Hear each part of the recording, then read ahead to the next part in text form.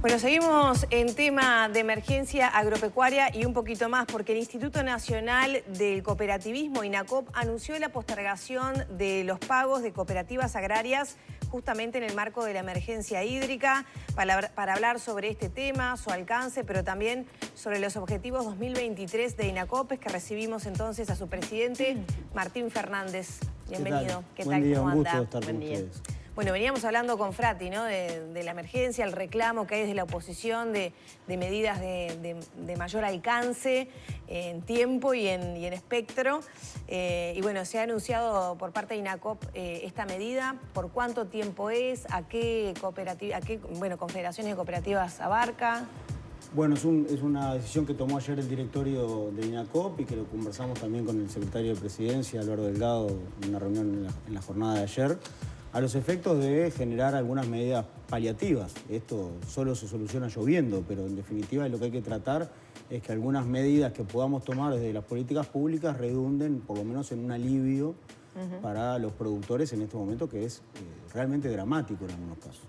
Y en ese sentido, esto es una postergación de todos los vencimientos que tienen las cooperativas agrarias con el instituto, ya sea a través de los créditos que han solicitado, de los créditos que se soliciten ahora y que van a tener un periodo de gracia también de 90 días, y también de lo que es la prestación coactiva, que es un paratributo que pagan las cooperativas en función de su facturación al instituto para el desarrollo también de la política pública de cooperativas. La idea entonces es postergarlo 3 meses y después, ¿cómo sería el retomar ese tipo de pagos al INACOP? En el caso de los préstamos es postergar, o sea que en definitiva lo que se lleva es al final del préstamo 3 meses más. 3 meses más.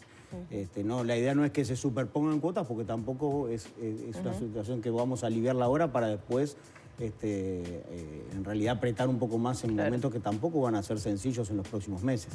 Entonces lo que se hace es un corrimiento que va a llevar a que los préstamos tengan 3 meses más de vigencia. ¿Con la posibilidad de reevaluar si se puede seguir postergando eso de acuerdo a las circunstancias?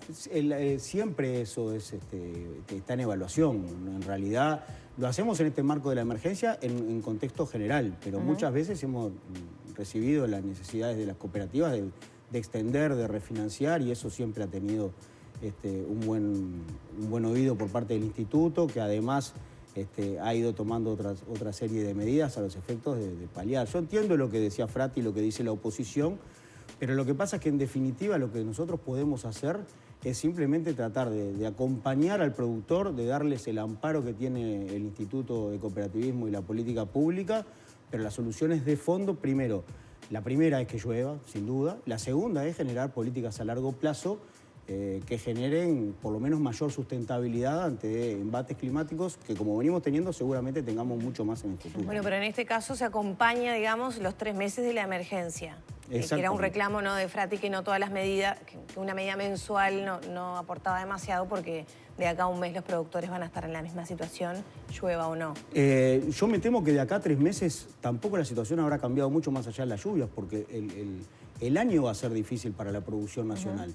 No solamente para los productores, para todos quienes estamos involucrados de alguna manera en toda la cadena, desde quien produce hasta quien termina consumiendo, y entre medio todos sabemos que hay una cantidad de gente vinculada a la distribución, a la comercialización, que se va a sentir durante ¿A cuántas cooperativas alcanza esta medida aproximadamente? Alcanza a todas las cooperativas ¿Pero agrarias. tienen un número estimado? Las cooperativas, son más de 100 cooperativas agrarias en todo el país, desde cooperativas de gran porte hasta de pequeñas cooperativas, muchas veces granjeras en los cinturones de las ciudades, de Montevideo y Canelones sin duda, pero también en el interior del país.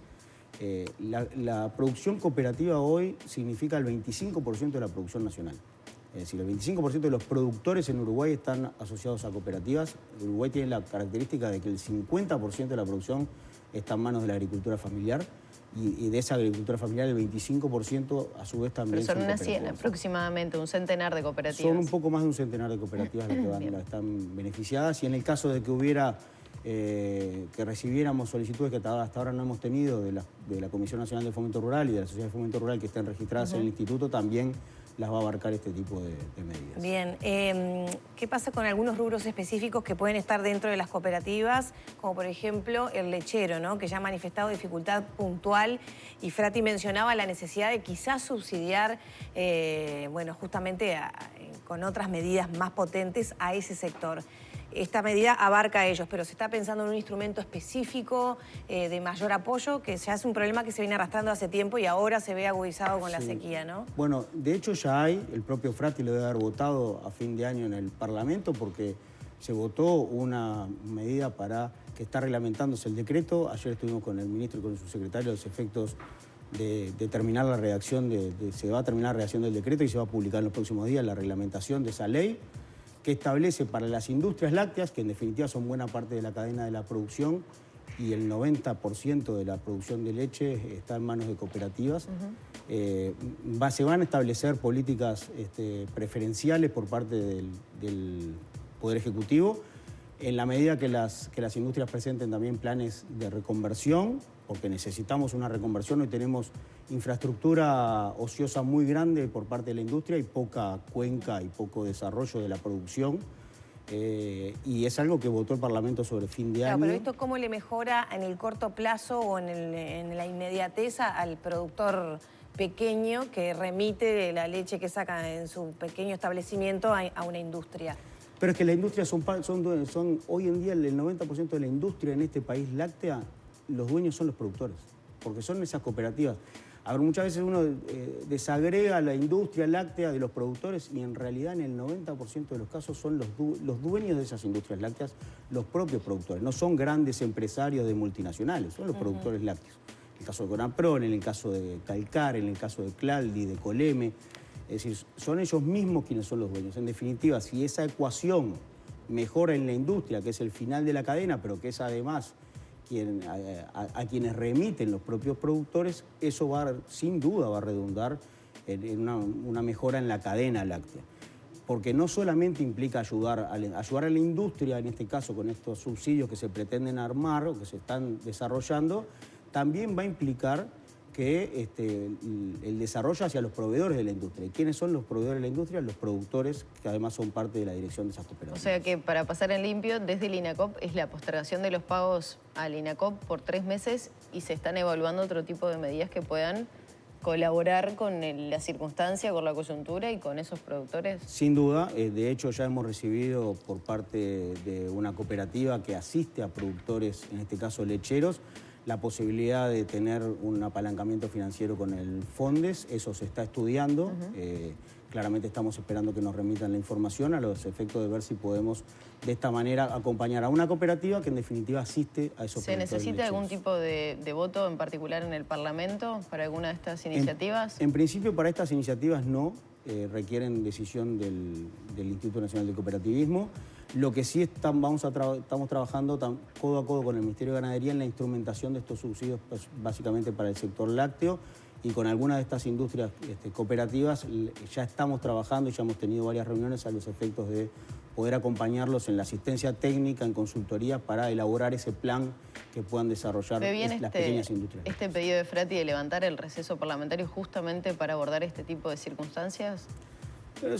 El Parlamento normalmente muchas veces levanta su receso parlamentario, no sería una novedad, y si se requiriera una medida legislativa, pero todavía no sé cuál es la medida legislativa que propone Frati para levantar el receso. O sea, levantar el receso siempre supone... Esta cuestión de los subsidios seguramente se te va a terminar votando, ¿no? Claro, pero para levantar el receso en el sistema parlamentario lo que tiene que tener es un orden del día acompañado de 50 firmas.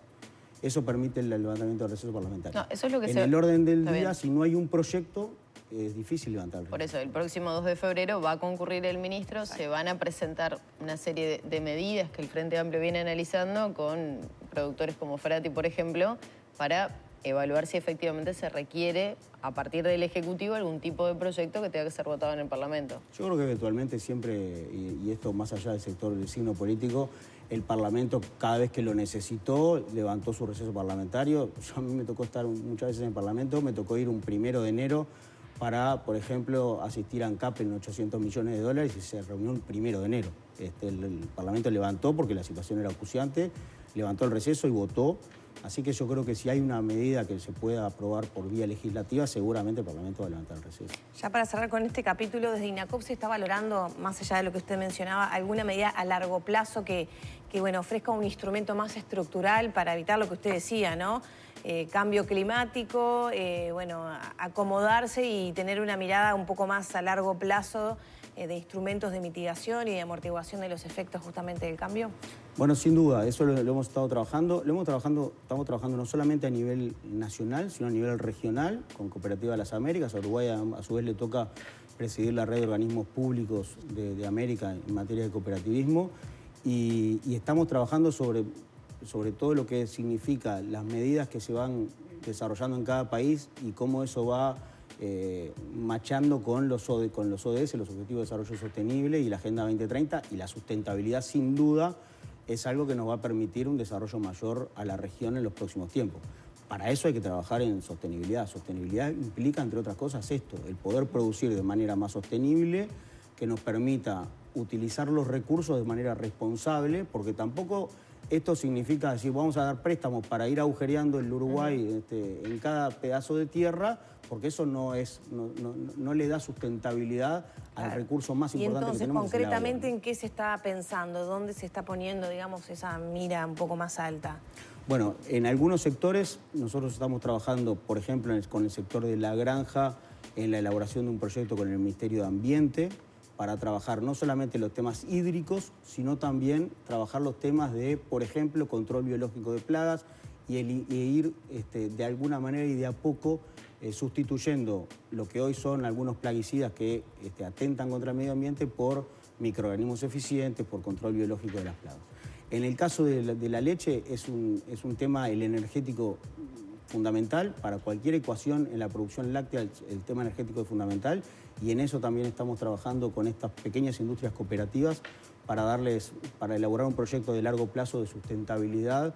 Y allí yo quiero recalcar el compromiso que han tenido industrias que están en dificultades, como están muchas de estas pequeñas industrias, Calcar, Claldi, ustedes han visto noticias en los últimos tiempos, la propia Colema en Melo, pero que más allá de tratar de solucionar los problemas que los acucian hoy, ya están pensando en mañana y en generar políticas a largo plazo, y también a través de esta eficiencia energética que estamos trabajando. ¿Cómo es el balance del año que cerró, 2022? Por ejemplo, se levantaron las observaciones por parte de la Auditoría Nacional de la Nación respecto a gestiones anteriores. Sí, a ver, cuando uno maneja recursos públicos, lo que tiene que tratar es que sean lo más eficiente posible, porque con esa eficiencia le va a permitir llegar un poco más a las políticas que desarrolla para los beneficiarios. Y para nosotros, que manejamos un presupuesto que es acotado, el Instituto en su historia maneja un presupuesto acotado, el poder destinar de forma regular y que tenga una buena gestión cómo maneja sus recursos es imprescindible. Esa mejora de la gestión que ha tenido, y que ha tenido un compromiso muy grande de un equipo que funciona en el Instituto, que realmente nos ha permitido desarrollar toda esta política que desde el directorio tratamos de implementar, nos permitió llegar a 1.500 capacitaciones durante el año 2022 a socios y cooperativas que hoy tienen habilidades que antes no tenían, que fueron capacitados en eso, y que a su vez han tenido, entre otras cosas, una posibilidad de asistencia técnica para reformular los planes de negocio de las cooperativas. Hemos volcado más de 7 millones de dólares en financiamiento, desde pequeños créditos para el rubro de gestión diaria, es decir, de poder hacer frente a alguna obligación por parte de esas cooperativas, como también inversiones más importantes, por ejemplo, en el sector agroexportador, donde tienen la necesidad de invertir en plantas de raciones, en los silos, es decir, que el sector de la agroindustria está necesitando, y nosotros estamos tratando de acompañarlos de esa manera también. ¿Qué significa para INACOP la rebaja de la tasa de interés para las cooperativas de vivienda, un reclamo histórico de las cooperativas y que finalmente se pudo dar?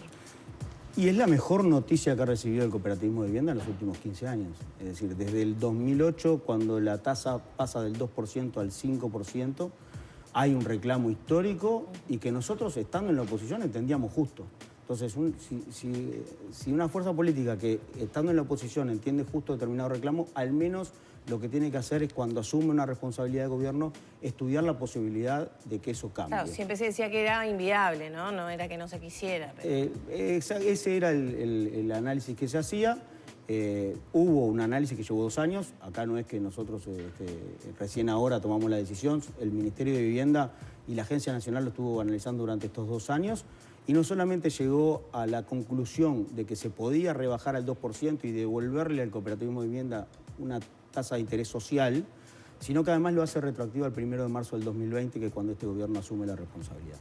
Entonces, hay cálculos hechos por la Agencia Nacional de Vivienda que dicen que esto es sostenible, en la medida, por supuesto, que esto está atado a la conducta de buenos pagadores de las cooperativas. Y en eso hay que recalcar, el cooperativismo de vivienda históricamente es buen pagador y no va a haber, salvo algunas excepciones que puedan existir, no va a haber problema en ese sentido y sobre todo para poder acceder a esa tasa del 2%, que le va a significar... Si uno no es buen pagador, no paga el 2%, paga más. Claro, la tasa vuelve al 5%. Porque en realidad también la sostenibilidad de ir al 2% está dado porque no haya mora y que haya cumplimiento, porque el fondo es uno solo. Pero a una familia que tiene una vivienda de 2 dormitorios cooperativa le va a significar pasar de pagar una cuota de 17.000 pesos a una cuota de 12.000 pesos. Eso es ya ahora en el momento de aliviarle el bolsillo. ¿Los criterios de buen y mal pagador cambiaron o se mantienen? No, los criterios son los mismos, se está reglamentando eso. Ya se está convocando a las cooperativas porque no solamente tienen que empezar a recalcular la cuota de que se va a empezar a pagar hacia adelante, sino que hay que recalcular de aquí al 1 de marzo del 2020 el crédito que va a tener esa cooperativa. ¿Cuánto pierde de ingresos, sobre todo la agencia, no? Bueno, los cálculos indicarían que no habría una renuncia fiscal importante en este sentido, porque al ir sobre el pago regular, o sea, del pago del 2% atado al buen pagador, y que muchas cooperativas que no lo estaban volcando al ministerio, sino que estaban por el régimen de oblación, estaban depositando en otras cuentas autorizadas por el Poder Judicial, eso va a volver al Ministerio de Vivienda y en definitiva va a permitir... Claro, es un incentivo que permite recaudar nuevamente un poco más. Exactamente, ese es el objetivo, que se pueda recaudar, apelar a uno de los principios cooperativos, que es el principio de la solidaridad. Si una cooperativa paga y paga en fecha, va a permitir que se pueda seguir desarrollando este programa que hoy en día significa el 50% de la inversión del Ministerio de Vivienda. O sea, el 50% de lo que invierte el Ministerio de Vivienda está destinado al programa cooperativo. Fernández, ya tenemos que cerrar, pero como supongo, no sé, uno de los desafíos de este año está quizá como ir reciclando los efectos de la pandemia, ¿no? Y ahí le quiero preguntar qué efectos hubo.